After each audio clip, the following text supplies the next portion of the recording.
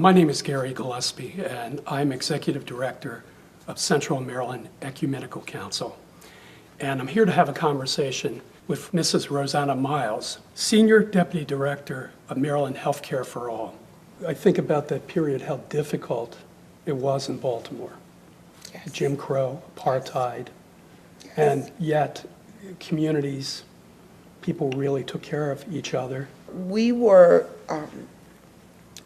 made aware of our surroundings.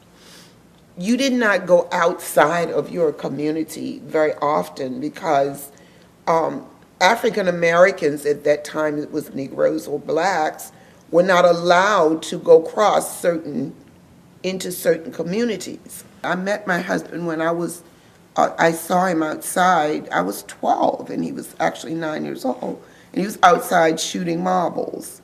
His oldest sister and her daughter rented an apartment from my parents. Later on, we got married, and here we are. But it was his compassion that I could see it, I could feel it, and how he dealt with issues, and still doing that today. And so I think that kind of brought us together as far as our compassion and our wanting to help and those giving people the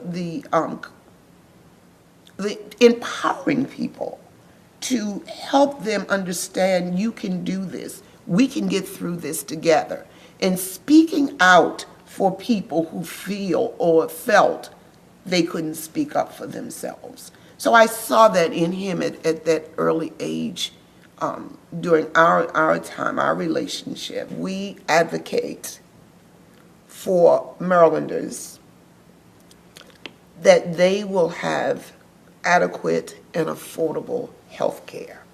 Glenn Snyder, who, as you know, worked with us for a long time, who is now in Howard County with the Horizon Foundation,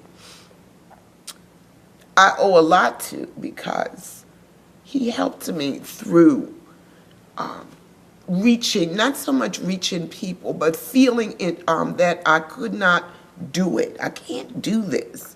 Yes, you can. So he sort of guided me and said, yes, you can. So I think back on all the things that Glenn taught me. All the, I believe that every area of our lives, there's someone there that is put there to help. And at that time when I started with Healthcare for All, he was there. So I owe him a lot. I have to give also, build Baltimoreans United in Leadership Development. A lot of what I have and a lot of what I do, I got training from that organization, and even today I am still receiving information and guidance from the Build organization because my church is totally involved in the Build organization in still fighting for the rights of others and wanting people to be able to rise up and see that you can do this, and we are here to help you. I love Vincent DeMarco, and I tell him that almost every day when I get to the office. He's really a friend. I take him as a friend. He has compassion for the things that he does, this wanting to see people heal and help them get through to the next point. And that's why we do the work that we do. It's sometimes difficult for me to go into Annapolis because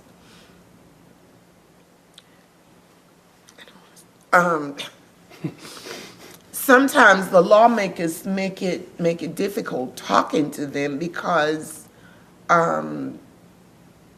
they've made me feel sometimes that, we know what's going on and we're going to deal with it.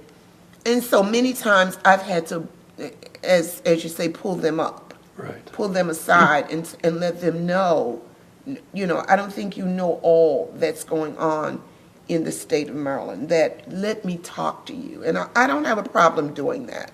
I say sometimes it's hard because talking to them because I feel that they don't want to hear what's really going on, because in Annapolis, it's like you're in another world. Sure.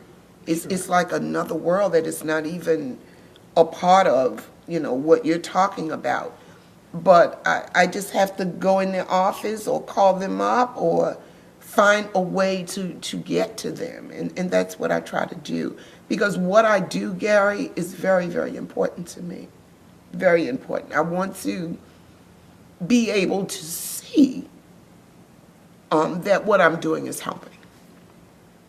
And as I understand it, that they take you seriously. That's what I'm told. Yeah.